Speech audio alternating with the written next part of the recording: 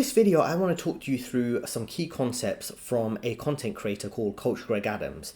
So firstly, if you're new to the channel, I know we've had a lot more subscribers, which I'm very grateful for. I have been working in the finance industry for over 10 years, successfully working in investment banking and sales and trading roles at companies like Goldman's, JP Morgan, where I've successfully interviewed, same with Citi and Credit Suisse. So a quick background to myself. And then I want to talk you through this book called Free Agent Lifestyle, which is kind of a simple, straightforward read, not too long.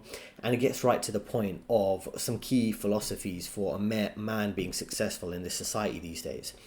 And it talks about making yourself the main priority, right? And it's called a free agent lifestyle, the similar where you have a free agent in sports where they're a highly skilled person and they're worth a lot and they do things that are in the benefit of their own interest, deciding whether it's what company to work for, which country to live in, which sports team to play for. And it talks about prioritizing PQF, which is peace, quiet, and freedom. And all your other goals, like maybe pursuing financial freedom and pursuing maybe more time for yourself and where you live and your general lifestyle, is always coming down to one conclusion, which is, what do men kind of really want in their life, particularly in this type of era that we live in?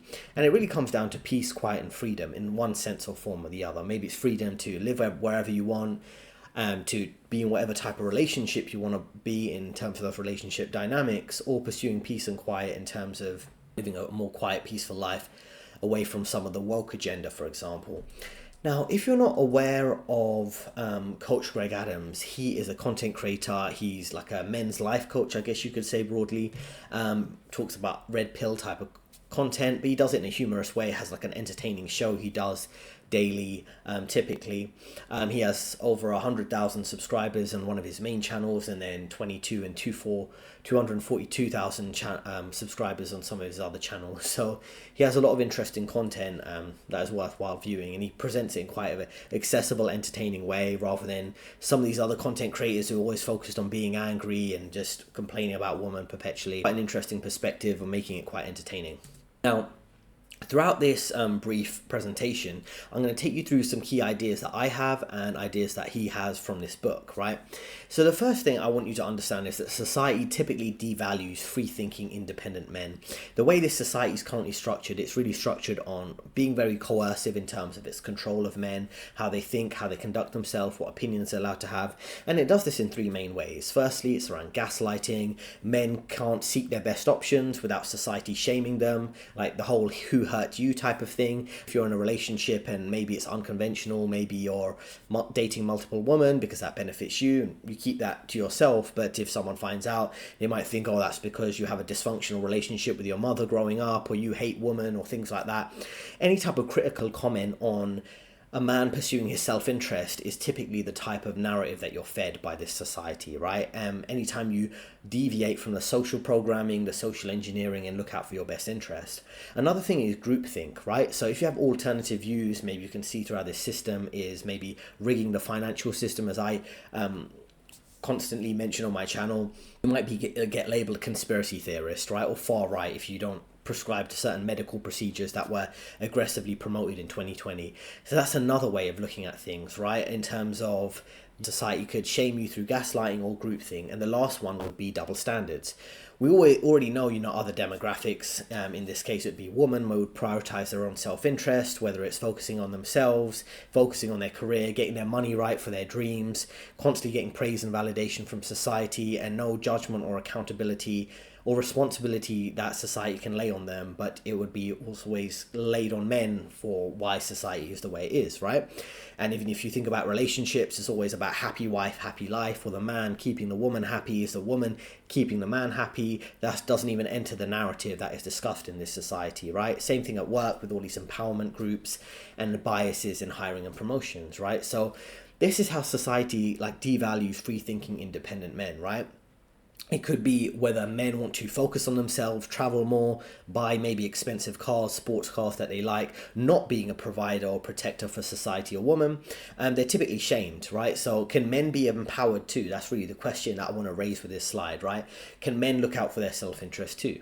And we always know, another key point of the book and the free agent lifestyle is understanding the risks that come with divorce, right? In terms of you could waste months or years in your life unhappy marriage and many months or even years when it comes to processing the divorce, dealing with the child support courts that can waste many thousands, tens of thousands of dollars. And then you have no fault divorce, where a woman can claim divorce without any real reason. There's biased courts against men. These are kind of common, well-known facts now, and it's not really a taboo topic where men previously had to keep these struggles quiet. It's kind of at least widely discussed now. He mentions in the book some of his challenges dealing with a dysfunctional marriage and a divorce situation that got dragged out and cost a lot of money in terms of litigation in the court system. And then this is another key thing about men thinking logically, not emotionally, even when it comes to entering relationships and marriages, right? And avoiding mistakes that you see coming ahead that are quite common in society. So don't just fall for the thing where you think, oh, well, my situation is going to be different from all the other 50% of marriages that end in divorce, or the 70 to 80% of divorces that get filed by women, or you're going to be the one unique or one of the few unique happy marriages, right? So you really need to think long term, right? Not following society's plan for you, right? Now, for example, if you're going to be living with a woman, if you're cohabitating with a woman, does she have any rights to the property that you're living in? If you're going to be living with a woman, how will that impact how you spend your time? So, for example, if you want to spend your evenings focused on your side hustle, but you're in a relationship with a woman and she's living with you, is she really going to want to sit there while and be bored while she wants to maybe entertain herself and watch Netflix with her boyfriend, which would be you, when you want to focus on your side hustle and pursue financial freedom? So do you want to listen to her vent and gossip about her work day? If she is living with you, she's probably going to be venting about her day job. And it really makes you think about, how you're approaching your living space, how you're approaching your relationship with women, whether they live with you or not, right? Do you have productive routines? And could you have that if you are living with a woman, right? And these are all things that are quite important for you to consider, perhaps now more than ever with the hyperinflation in the currency. As a man, you kind of need to be more focused on yourself, developing multiple income streams, maybe focus on your fitness, your finance, maybe your main job, meal prep. These are all things you'll have to do yourself, right? And even if you're in a relationship with a woman, she's probably not going to be doing a lot of cooking and cleaning for you. So all the meal prep you want to do, you probably have to do yourself. And all that time you want to save by not watching Netflix and focusing on your side hustle, she might think, oh, you're wasting your time. She wants to spend time invested in the relationship. So you have to be careful with how you're approaching these things. The traditional gender norms don't exist. You're not getting the benefit of a woman playing her gender role, so why are you playing yours? Or sacrificing your perhaps bigger goals to escape the corporate lifestyle, if that might be your choice, if you can't have your free time dictated by yourself, right? Instead of a relationship with someone who's maybe focused on their own career or being a consumer and consuming your time, as well as spending your money on expensive dates, right? So it's important to consider all of those things, right? And then the long-term relationship point at the end here, right, is if you're focused on a long-term relationship, what does that benefit you longer term as a man, right? Like I say, if a woman's not going to play a gender role, what is she bringing to the table, right? And there's many funny memes that are out there around what does a man bring to the table versus a woman. Maybe a woman's bringing her emotional support, things like that, and a man is bringing the house, the car, the finances, and things like that. So it really does make you think, what is the benefit of long-term relationships in this type of society scenario, right? So when you are thinking logically, and I can give you some examples, I know instances when it comes to divorce of a trader who was quite wealthy and he was divorced, lost a lot of money in child support and alimony. I have other instances where women were focused on their career and they weren't in a serious relationship until they were in their mid-30s. They were sleeping around, and then when they were in a relationship with their boyfriend who had a high status job, he's quite a senior lawyer.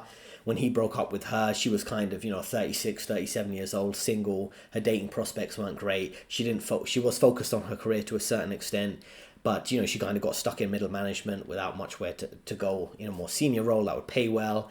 He kind of had to deal with many dysfunctional scenarios. He was paying a lot of money in a divorce settlement in the sense of alimony and child support. So there's all sorts of dysfunctional dynamics that people just don't want to talk about, right? And I just found out about that through asking a few general questions about someone and what they get up to outside of work. But these are all type of scenarios behind the scenes that you typically don't see, because obviously people are going to present the best version of their life on social media or to you, but you see all these type of dynamics which are kind of ridiculous, right? In terms of marriage, it's important considering the person you marry, the woman you marry, she would change drastically from her early 20s to her late 40s. is that the same type of person you're going to be married to? Could you invest a lot into this relationship? And then when she hits her early 40s, you might want a new lease on life and get a divorce. And then all of a sudden you're in a precarious financial position. So instead of this, should you be focused on prioritizing PQF, your peace, quiet and freedom as a man, and a free agent lifestyle, which we'll get onto in more detail here. So when it comes to this, you're freeing yourself from the system, right? And anyone who's relatively smart wants to free themselves from this rig system, as you can see from some of these images here, right? Commitment free. Now, commitment is, in this sense, is about relationships, and not just in terms of between men and women, but also with people you deal with, friendships, family members, and things like that. I think most relationships in this society are quite transactional, they're quite situational in terms of people you go to school with, people you work with. But you've got to think about which family members, and it might not be all your family members, certain family members you have good dynamics with, good social dynamics with. They're not trying to use you, they're not trying to be negative about you, and maybe you choosing the free agent lifestyle and being focused on your own goals. Then those are healthy dynamics to commit to. But if there was any toxic relationships, including friendships, you should kind of cut them off, because you're in a society where I say there's not a tight-knit community, so you can choose who you want to commit to and how you want to commit to them. Now, if we move on to debt-free, right? Being debt-free, from my perspective, it's living a lower cost lifestyle. I live in a relatively small 1-bedroom apartment. Some people want to live in massive houses, but then that comes with inflated costs. And now we see in recent years how inflated they can be, with particularly in the UK, and I'm sure it's the same in the US and wherever you are, the inflation's really impacting utility. The costs of electricity, heating, water supply, all those things are going up dramatically. Now, because I live in a small 1-bedroom apartment, I do experience those cost increases, but it's much less than co-workers I've had in the past who are also single or in a casual relationship, but they own these massive houses. And then if you're a single person or in a relationship that's not that serious with maybe a woman, and you're not necessarily living together, then it's like, why have you got a 3 or 4 bedroom house? You might think of that as a good investment, but if you're not renting out the space, then it's kind of a waste of money, and you're paying high bills when it comes to everything: property tax, council tax, all these different type of taxes for these larger properties. So you really should think about, do you want less house or more house? And how can you quickly get to debt-free status, whether it's paying your student loan quickly and early, what you really need as a single person. You can always commit later to in life, where maybe you're debt-free for now and you live a relatively minimalist lifestyle, but then later in life you're in a more serious relationship and you want to go from having that apartment you live in that's paid off or small property to a bigger one, right? You can always do that later, right? There's no need to kind of jump ahead and be like, oh, I'm buying my first property, it has to be a massive house. Just take it step by step, because if those changes don't happen, then you wouldn't have spent years paying high utility bills for your electricity and things for a big house that you never really needed. So it's worthwhile thinking about that. And then also think about lifestyle inflation, right? It's because lots of people, they go into debt for lifestyle items, an expensive car that they can't really afford, or watches and things like that. So you really should think carefully, right? Being debt-free is really one step closer to being free from this system. Most people are in copious amounts of debt, even those people with fancy job titles that you see all the time at workplace, wherever you work. You know, you'd be surprised how much debt some of these people are in. They're living paycheck to paycheck, even if they're earning double or triple of what you're earning.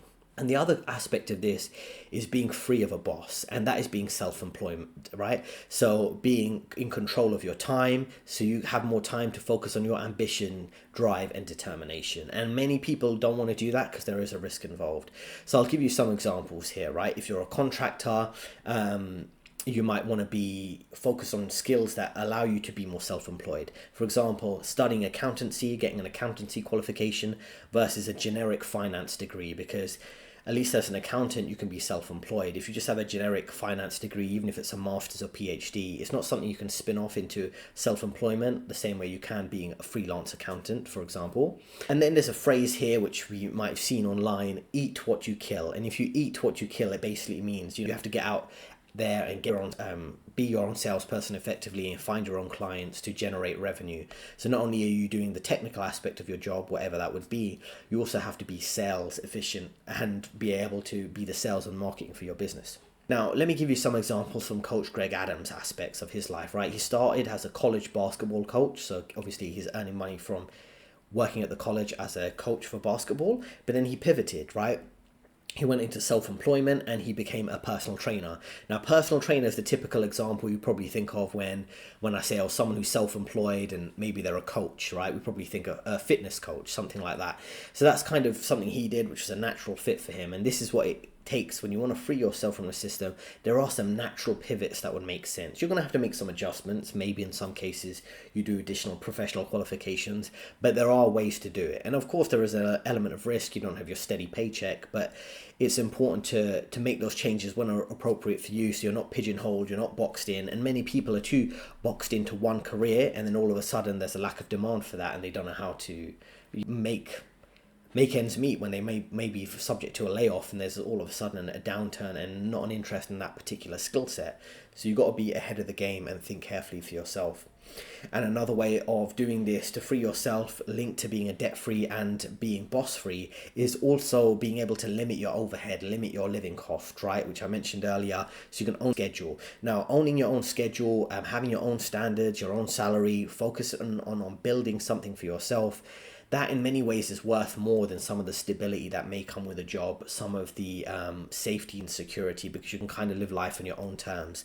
And perhaps the biggest benefit of that isn't necessarily financial freedom, but time freedom. So you can do what you want. So let's just say, for example, you work real hard, you're working 7 days a week, you build a steady set of clients in whichever business that would be, and then you want to take a Friday off, right? And of course, like I say, if you put in that time and effort, you can control your schedule. So you can take that Friday off and do what you want, for example, rather than being really always on edge, waiting for what your boss tells you to do and when they tell you to do it, right? And then he mentioned in his case it was 3 years of eating shit, which is basically another popular phrase online. I don't know if you've heard of the CEO Vince McMahon of WWE, who resigned in the last few years. He had a phrase that he would tell his daughter and his son when he was trying to help them take over the business in the future. And he would tell them, if you want to be successful in life, you have to eat plates and plates of shit and like the taste of it. Eating shit sandwiches was another phrase he would use. Just basically, you need to put up with tons and tons of adversity to the point where you like the adversity. There's a challenge and you're up for the fight, right? In many cases, in his case, it'd be dealing with difficult TV networks, getting good at TV network deals, dealing with difficult contract negotiations with the professional wrestlers that he'd be dealing with.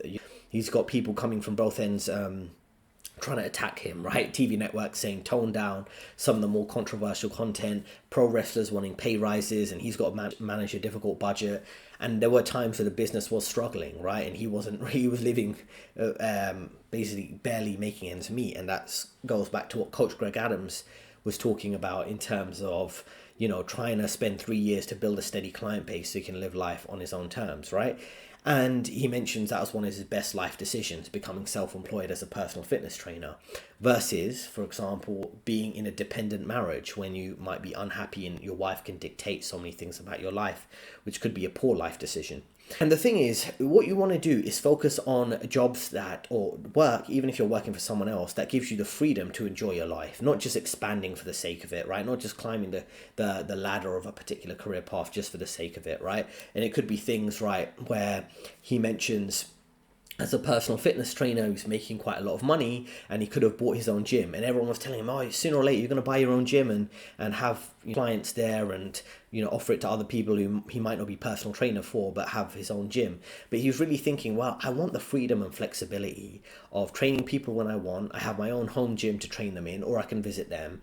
Why would I expand in such a way where it's relatively risky, buying your own gym, having employees working for you, having all these contracts, people could get injured, you need extra insurance in case someone gets injured in the gym. He preferred to be a personal trainer, and this goes back to one of my more recent videos around taking a risk, pursuing your freedom. And if you're freedom focused, sometimes that's not always financial focused, right? Sometimes that freedom will be, I'll keep my small, nimble, easily adaptable personal training business, which is more effective than being a gym owner, right? Being a personal trainer versus a gym owner is completely different in terms of risk and costs and overhead, which is interesting to consider, right? So that applies to any business, right? Would you want to have employees working for you, or do you want to be small and nimble and a self-employed person? So when it comes to commitment, you should commit only when you have something to gain or it's a mutually beneficial relationship. Leverage always matters in your negotiation. So you should be able to, there's a phrase, you don't get what you deserve, you get what you negotiate, right? So that's what it matters. Leverage, it could be your skill set, your years of experience. And then you should show value over loyalty, right? So I would say when you're dealing with people, you should be able to consider how loyalty factors into that, because lots of people aren't loyal. They're just in your life, like I say, for a season and for something that benefits them. And make sure if something's a bit of a biased relationship, you can easily opt out of it. For example, in his case, if you're a personal trainer and you're dealing with a client who's trying to always negotiate discounts, paying you late, at least you have other clients to opt for, so you can just decline that client and say you don't want to interact with them anymore. Now, next thing I want to talk about is a man's mindset, right? In many ways, a man's mindset is everything, right? How you think, that your thoughts become your reality, your thoughts become your actions become your reality. And that might sound like pseudoscience, new age type of philosophy, but in many ways, that's really how things work, right? So I want to talk you through these kind of key points. So the first aspect here would be pursuing PQF, which is quiet and freedom. In many ways, that's worth more than society's validation and approval, or even being in like a marriage, for example. Next thing is you have to understand your value as a man beyond simply being a provider and protector. I don't think you should play into those tropes, those archaic traditional gender roles, because it doesn't really benefit you as a man these days, right? You should think, why are men playing this societal role when no one else is? Not just women, but also governments, the corrupt governments, the lying media, older generation giving you terrible, ineffective life advice, so things like that. So in this society, if a man is not a protector and a provider, what is he and what role does he provide? I would say the role that you're providing is being a builder. It could be building your business, maybe building a tribe, building a community, building a tight-knit group of men who are achieving goals, it could be writing books, anything that's kind of productive where you're building something, or you're destroying something by exposing lies of this establishment, however you want to do it. But being a provider and protector of like a community, you should really think carefully about what the dynamics are and if you're just being used as like a workhorse, right? Like the horse and animal farm who just gets used for working hard but not much of the benefits. Now, when it comes to self-improvement, I think you should self-improve, and this is a key thing he mentions in the book too, self-improving for yourself and not society. You're looking for society to validation, particularly when you're a man in this society, you're being treated like a second-class citizen. It's like you're fighting an uphill battle, right? No matter how much extra you do to improve yourself, you're still kind of looked down upon. And in that case, you should just look out for your best interest. And what I mean by that, if you're going to the gym, lifting weights, you're doing it for yourself. You're not doing it for validation of others. Because even if you get that validation, it will never be enough to justify all the time and effort you put in. So really do it for yourself. And that goes back to the freedom approach with your business. People might say, oh, you should definitely expand your business in this way. Firstly, many people haven't had success in their business and they're giving you advice just based on something they read on the internet or that they think. So you have to think, okay, what actually works for me here? I'm not just gonna, buy an expensive car because that's the thing to do. What should I really do that's improving myself and improving my life but actually works for me, right? And the other thing is about chasing your dream, right? Even your dream life, even if it's unconventional, right? Now, what is your dream life? It can really vary, and I deal with all my clients and they have different life circumstances and goals. So you should really think carefully, what is your dream life? Because it doesn't have to be what someone next to you is doing at work or what your family member, your sibling in your family might be doing. It might be completely different, right? So just really think carefully what you're actually pursuing for yourself, right? And then you also need to think about relationships that meet your needs. As I was talking about, how committed are you to friendships? How much time and energy you investing in friendships that might not be adding a lot to your life? And I don't just mean adding a lot to your life in terms of professionally and making money, but in terms of, do you actually enjoy some of the people you're being around? Are they being negative? Particularly in this society, so many people go on these like long negative rants about how they're unhappy in life. I'm sure we've all heard it, one demographic or the other, complaining about migration or the crime rate, things like that. And I understand there's a time and place to discuss that, but if you're just with people who are constantly bringing you down, bringing your energy levels down, you don't really have to be committed to them. You should think carefully about to what extent you want to engage with that, right? So not having toxic relationships, even when it comes to certain friends and family members. And also thinking about the dynamics in these relationships, whether it's a relationship with a woman or other people. Are they exploiting your money? Are they using up your time and attention and energy, particularly now when it's limited for everyone? Because many people are working one or two jobs, or even if it's one job, it's long hours with a side hustle, or they got to take care of their kids. So you got to think about all your social dynamics. Is it really taking more from you, or is it giving more to you? And if someone's constantly draining you of your energy and your time, it doesn't have to be money. You have to really think about how much you want to invest in that, or you can come up with some polite excuses where you've got other things to do, right? And then the last point here is life equals opportunities and commitments, right? Opportunities, in my case, as a career coach, it could be advising you when it comes time to the best approach to job hopping. So moving from one job to the next to get a pay rise, investing, things like that, as I give some financial education type literacy coaching for some of my clients. And then also when it comes to commitments, right? How committed do you want to be to a location, right? If you're committed to a high cost of living location, maybe because you work for a major financial corporation in a big city, how much is that costing you, right? In terms of real estate, are you paying high rent? Do you have a high cost mortgage? What's the benefit of renting versus buying? These are all kind of interesting commitments, because people will think, oh, I want to buy a property, but you've got to really think it through. If you have a long-term commitment of a mortgage of 25 to 30 years, if you buy the property price when it's particularly high, there's a slight crash in the price or price correction, then all of a sudden you want to sell the property and then there's not many buyers and you'll be under the water in terms of the mortgage, you're going to be in a difficult situation. So sometimes it does make sense to rent rather than buy. So short-term commitments, these are all things to take into account, right? So you don't get trapped, you don't handcuff yourself to a scenario that's not beneficial for you. Next up, I want to talk about lifestyle design, right? Now, firstly, when it comes to race, I'm talking about race in the context of, your heritage and your culture, and this is something he covers briefly in the book. Nothing wrong with being proud of your race and celebrating it. We all have different racial demographics we're from, and there's always some religious or maybe Independence Day celebrations, things like that. But it's like important not to be too constrained by it, right? Because some people think your path determines the future, but that's not how it is, right? Particularly now, we all have some level of diversity in our countries, particularly in the West. So you shouldn't be too constrained by it, because some people are constrained by those communities and those archaic traditional roles that kind of don't operate these days. So you don't want to tie yourself too much to that heritage, particularly if the media or people around you make it in the sense that it's restrictive or it's negative one way or the other. Another phrase I actually came up with, being a solo soldier, which means doing things on your own schedule, right? Whether it's doing things at your own pace. Maybe you want to have a slow paced weekend rather than go out partying like everyone else, or you want to go and visit and socialize, but spend time that you want to dedicate to it. So maybe your friends are meeting for the whole day on Sunday and they're going shopping, and you don't want to spend that much time there, right? So you might say, I'll meet you for lunch around the shops around that time, maybe 2 p.m, and you spend 2 to 4 p.m. with them rather than spending the whole day just walking around shops for the sake of it, right? So it's all these type of things that are kind of interesting for you to consider, right?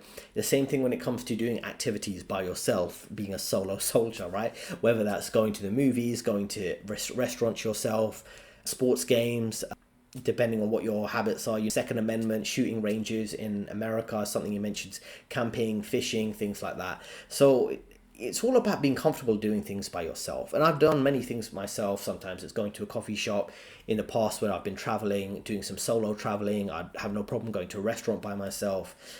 And a lot of people might think that's a little unusual, but I think you should be comfortable with your own company. And if you're not, you should ask yourself why. And particularly in a society, like I say, where many people are looking out for their own best interests, you should be really comfortable with yourself and what you want and being by yourself, and not be afraid of that. Like, a lot of people have to be around people for the sake of it. They can't spend time alone thinking to themselves. They can't go out alone. I think that's more of a red flag than someone who does go out alone and is comfortable by themselves. And also when it comes to being a solo soldier, it could be investing for your freedom, so you're not dependent on anyone financially. Next, we've got time management. Now, there's many people who are time thieves. They steal your time, your most valuable asset, because you can't get time back. You can get money back, but not time, right? So you should focus who you're spending your time with and be careful about that. How's your time being dedicated to your goals and your dreams? There's many different apps you can use on your phone, which are time trackers. I don't use apps, but I do kind of keep track of what I'm doing each day. I have notepads, whiteboards, and things like that.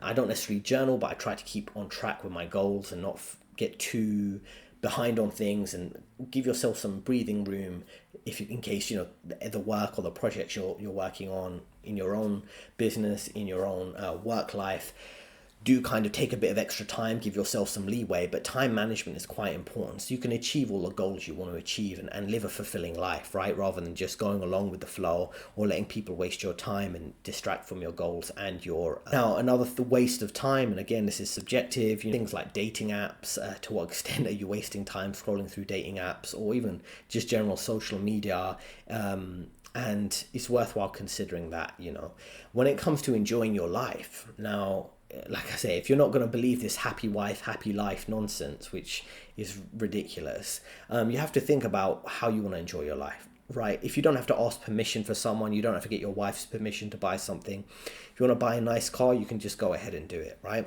In many cases, society and people try to trigger you and say that, oh, you can't do this, you can't buy these nice things for yourself, you have to worry about the economy. In some cases, they're giving you valid advice, but you have to be careful not to get caught up in the mainstream narrative, because mainstream narratives typically negative, typically focus on everything's going to crap, which is true to a certain extent, but you have to enjoy your life, whatever that would be for you, whether it's buying an expensive car, focusing on living kind of a simple life if that's what suits you. And you have to be careful about people who are trying to trigger you and steal your joy, right? There's another term you probably heard, protecting your peace. So that's another way of saying you don't let people try to make you always on edge and kind of trigger you emotionally and trick you out your position effectively, right? You could have people who may try to betray you, family members and things like that. So you have to be careful about all these relationships and really protect yourself. Evaluate and extract, right? And this is important however you do it, whether it's spending time alone just thinking through and reorganizing your day and your weekly life schedule. It's self-reflecting, weekly or monthly. It could be maybe every Sunday you go for a coffee and a brunch, for example. It could be every Friday you spend some time, or the last Friday of each month you reassess your finances, think things through, and set aside time to think for yourself, to reevaluate your success, what works, what doesn't work, without judging yourself. And that's the important thing, because sometimes we are running behind on schedule when it comes to our life goals or meeting certain tasks that we want to do, but you have to kind of do this without judging yourself. And lots of people use this kind of term about self-care and self-love, or loving yourself in some sense, and I think a lot about that is having compassion for yourself when you do maybe fall short of your goals. You have to make major adjustments, right? I think there's a line by Kendrick Lamar in Count Me Out where he says something like, I wouldn't be in the position I'm in if I didn't forgive myself 1,000 times, right? Which is true, and that's why you've got to have some level of compassion for yourself when it comes to dealing with these challenges. It's important not to be a utility for others to meet their goals, because people might go, oh, well, you've got money, well, you should lend them some money so they can buy the car they want, or help them financially. And there's nothing wrong with helping people, but are people extracting value from you to the point where you can't live life on your own terms? Lastly, I want to focus about valuing yourself a man, particularly in a society that's, like I say, typically giving negative feedback loops to most men. I would say seeing yourself as a prize, which is probably a common red pill talking point, and an acronym that Coach Greg Adams talks about, which is prioritizing your MEAT, which is MEAT, money, energy, attention, and time. So money, energy, attention, and time, those are your kind of resources, and using them in an effective way, whether it's where you live, what type of vehicles you might buy, your income, your general activities, your leadership and decision-making skills. And that's what you kind of bring to the table in your life, in your interactions with other people, on top of like charisma and being a friendly person. So it's really think carefully about how much value you do have to offer people. And I would say, most men, to a certain extent, you do have some value to offer people, and don't let people exploit that. And stop offering just free validation and compliments and boosts to many people. And I don't just mean women, I mean people in general, who just kind of using you to fulfill their emotional fulfillment. Whether it's, like I say, you give them positive feedback and they're not really helping you in any real sense, right? So being really selective with your attention. And the next point is around being a smart financial strategist, whether it's managing your resources, your time and money effectively, investing, not getting into too much debt for social status items like an expensive watch, and then paying cash when you can. He mentions having 5 times the amount in your account before you buy an item for your leisure, whether it's a social status item, things like that. So for example, having 5 times the amount it costs for a Rolex in your account before you buy a Rolex, because that means you're truly comfortable buying it. And I think that's very important when it comes to a lot of social status items. You really want to be in such an advanced financial position that it doesn't matter. It's like a throwaway bit of money if you buy that social status item that it's not going to add that much value to your life, right? And the other thing is around PQF, which is what I started with: peace, quiet, and freedom, which is 3 priorities that you actually want in life. And he talks about this in quite a lot of detail in terms of, being at peace in terms of your state of mind, to be able to think effectively and being ahead of the curve. If you have mental and emotional stability, being free of unnecessary stress, conflict, and drama. And without peace, you can't really focus on your goals and achieving your full potential and living a fulfilling life. And being quiet, people might think, oh, in what sense do we mean quiet? We mean being free of the constant noise and distraction in the news and people's drama that other people bring into your life. Because there's all sorts of negative news. We're all aware of some of the hot button topics. Every couple of days, there's another sign of things going in a bad direction. Some random attack in your country, in the West, things like that. And the thing is, you don't want to get caught up in arguments, political arguments. You want to spend time on your own creativity. What I call, this is a term I came up with, not CGA, so you won't find it in the book, is around building creatively, right? So creative building, right? CB, something like that. That's what you really want to do in life, where it's like you're building your life, building your business or building your career, but you're doing it in a creative way that actually works for you. And it could be little things like maybe you're focused on your corporate career, but you're going to get some nice tailored suits, so it fits with your persona. You have a bit more individuality in that. You're not just a corporate drone. There's little things like that, right? And you need a lot of mental clarity to think for yourself. Like, it could be small lifestyle changes that really make a dramatic impact in your happiness, right? And you have to be able to strategize effectively by thinking clearly in a quiet environment, right? It's not just physical silence. It's also the freedom from unnecessary demands on your time and attention. And lastly, it's around freedom, right? Freedom is the ultimate goal in his kind of philosophy. And it's something I emphasize quite a lot on my channel too, right? It's your ability to make choices independently of what's going on around you. Being free to make smart financial, personal, and professional decisions. And like I say, being able to live authentically and pursue your passions. See, this is the society we live in. We have many other demographics who are always allowed to pursue whatever their goals are, right? You've got these older generations who have many millions of dollars, say, in retirement accounts, and they're going on their cruises, their 2-week, 2-month cruises. You have women being consumers, buying handbags and watches or expensive shoes. But I realize a lot of times men do it to a certain extent, but not to the same extent. You're not really given that freedom. There is a bit more of a level of judgment and accountability and responsibility placed on your shoulders that really you shouldn't bear that weight of society on yourself. Men have a underlying subconscious drive to maintain and operate society, but society's gone to shit, so you shouldn't really be consumed with propping it up. You should just think what benefits you. And it doesn't make you selfish, but it could mean things like, well, you don't care if some negative news comes out. It's not your job to care about it and be lecturing people about it and what the truth is every day. It's up to people to figure it out for themselves. No one else is playing their role, so why are you, right? So don't get entangled in this social system or relationships that limit your personal potential. So when it comes to this, the key themes are self-reliance, minimalism, if that fits your needs. Intentional living is a great way of summarizing this.